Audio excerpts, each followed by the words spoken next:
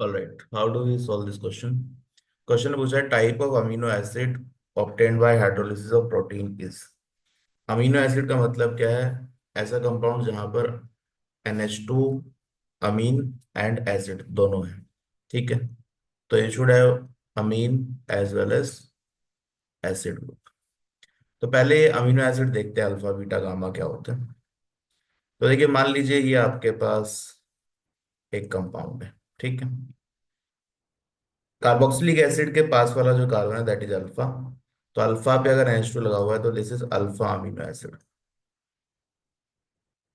Similarly अगर ये next carbon पे लगा है,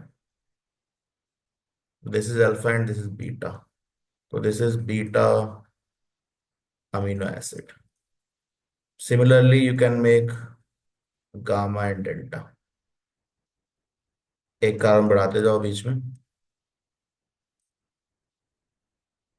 तो this is alpha beta and gamma, तो this is gamma amino acid.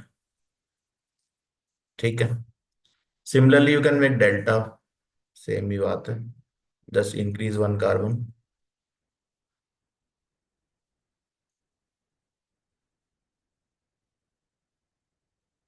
So this is alpha, beta, gamma, delta. ठीक है, so this is delta amino acid। ठीक है, तो अल्फा बीटा गामा डेल्टा समझ में आ गया अमीनो एसिड में। प्रोटीन के हाइड्रोलिसिस से क्या बनेगा देखो। प्रोटीन्स हमें पता है किससे बनते हैं। Proteins are made up of alpha amino acid unit. Protein किससे बनता है? अल्फा अमीनो एसिड की यूनिट से बनता है। ठीक है, तो अगर प्रोटीन का हाइड्रोलिसिस करोगे तो आपको इवेंचुअली क्या मिलना चाहिए? अल्फा अमीनो एसिड ही मिलना चाहिए। अमीनो एसिड में you have 20 amino alpha amino acid, 20 amino acid होते हैं जिससे प्रोटीन बनता है। इस 20 में से 10 एसेंशियल हैं और 10 नॉन एसेंशियल हैं,